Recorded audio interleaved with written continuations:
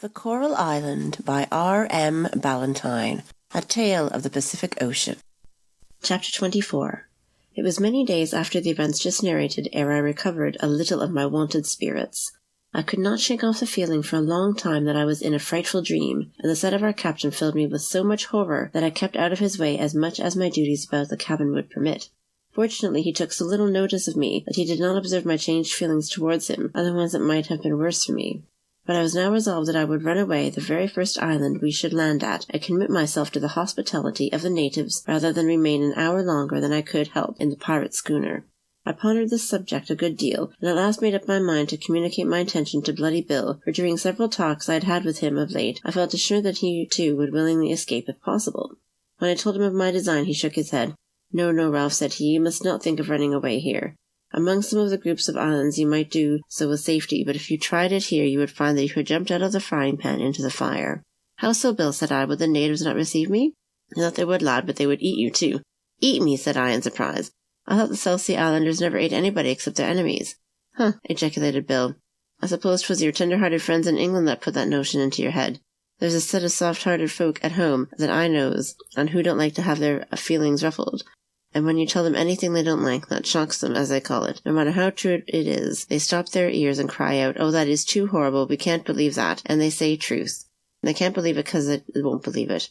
Now I believe there's thousands of people in England won't believe that they think the black fellows hereaway, at the worst, eat an enemy only now and then, and out of spite, whereas I know for certain, and many captains of the British and American navies know as well as me, that the Fiji Islanders eat not only their enemies but one another, and they do it not for spite but for pleasure. It's a fact that they prefer human flesh to any other, but they don't like white men's flesh so well as black. They say it makes them sick." "Why, Bill," said I, "you told me just now that they would eat me if they caught me." "So I did, and so I think they would. I've only heard some of them say they don't like white men so well as black, but if they were hungry, they wouldn't be particular. Anyhow, I'm sure they would kill you. You see, Ralph, I've been a good while in them parts, and I've visited the groups of islands oftentimes as a trader. And thoroughgoing blackguards, some of them traders are, no better than pirates, I can tell you. One captain that I settled with was not a chip better than the one we're with now. He was trading with a friendly chief one day aboard his vessel.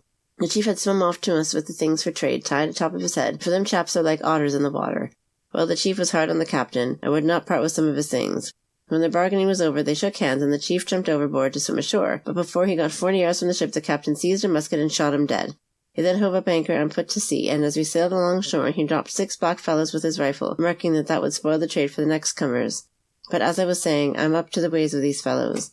One of the laws of the country is that every shipwrecked person who happens to be cast ashore, be he dead or alive, is doomed to be roasted and eaten. It was a small trading schooner wrecked off one of those islands when we were lying there in harbour during a storm. The crew was lost, all but 3 men, who swam ashore. The moment they landed, they were seized by the natives and carried up to the woods. We knew pretty well what their fate would be, but we could not help them, for our crew was small, and if we had gone ashore they would have likely killed us all. We never saw the 3 men again. But we heard frightful yelling and dancing and merrymaking that night, and one of the natives who came aboard to trade with us the next day told us that the long pigs, as he called the men, had been roasted and eaten, and their bones were to be converted into sail needles. He also said that white men were bad to eat, and that most of the people on shore were sick. I was very much shocked and cast down in my mind at this terrible account of the natives, and asked Bill what he would advise me to do. Looking round the deck to make sure that we were not overheard, he lowered his voice and said, "There are 2 or 3 ways that we might escape, Ralph, but none of them's easy. If the captain would only sail for some of the islands near Tahiti, we might run away there well enough, because the natives are all Christians, and we find that wherever the savages take up as Christianity, they always give over their bloody ways, and are safe to be trusted. I never cared for Christianity myself," he continued in a soliloquizing voice, "and I don't well know what it means, but a man with half an eye can see what it does for these black critters. However, the captain always keeps a sharp lookout after us when we get to these islands, or he half suspects that 1 or 2 of us are tired of his company. Then we might manage to cut the boat adrift some fine night, and set a watch on deck, and clear off before they discovered that we were gone.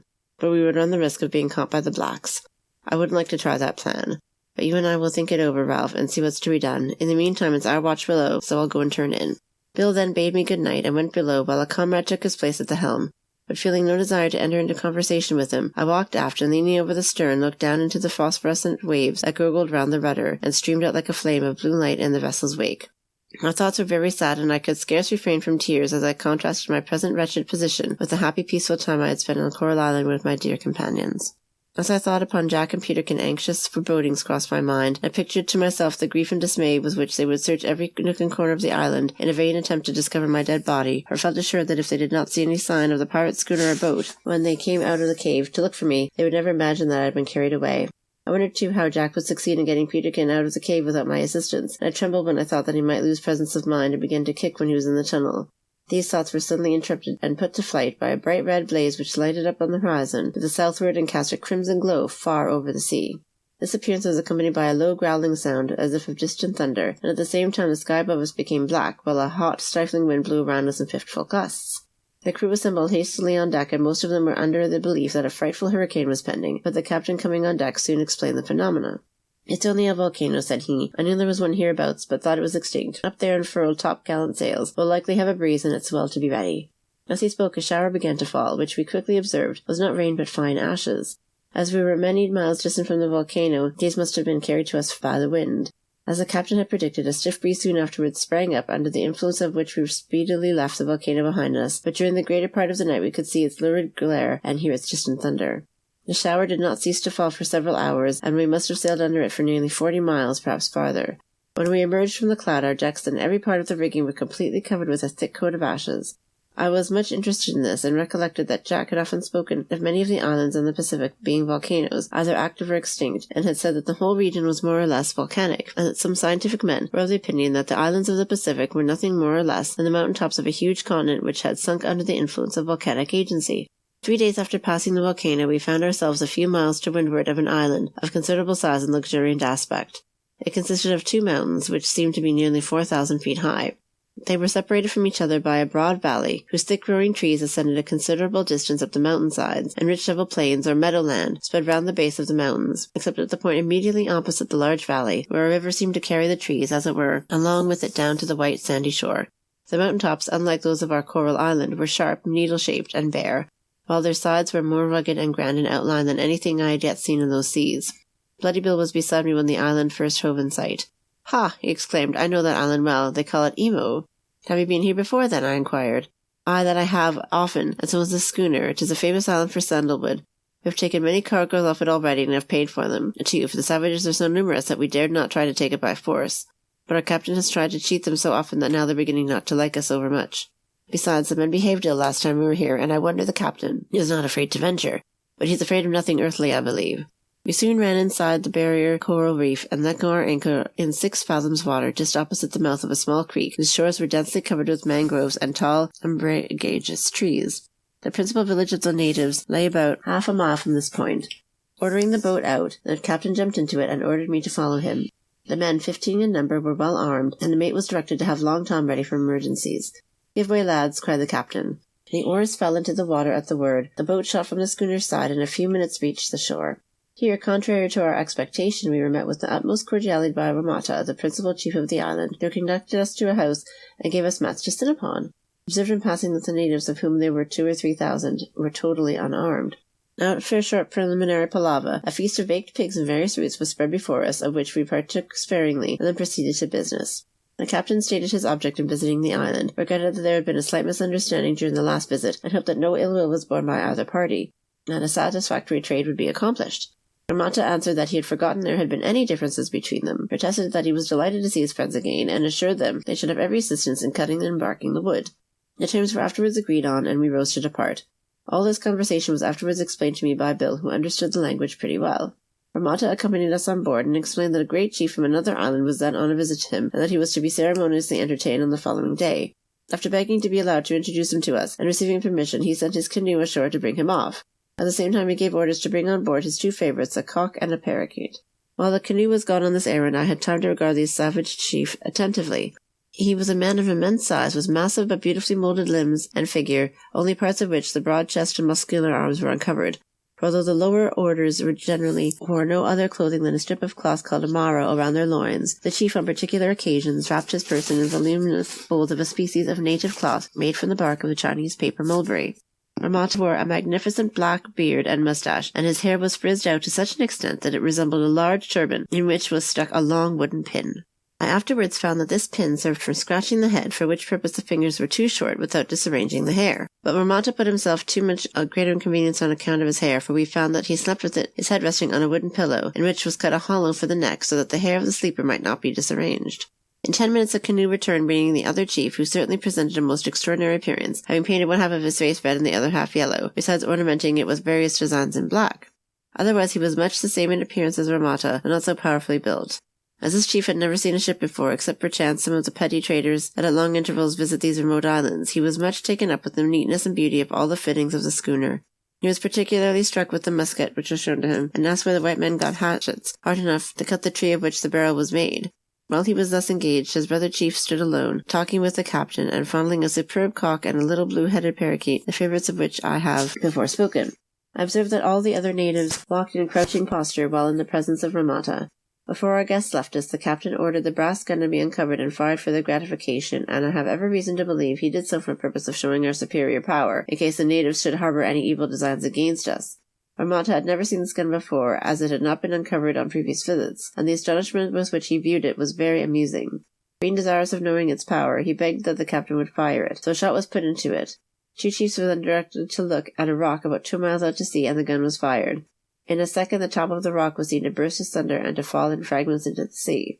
Ramata was so delighted with the success of this shot that he pointed to a man who was walking on the shore and begged the captain to fire at him, evidently supposing that his permission was quite sufficient to justify the captain in such an act.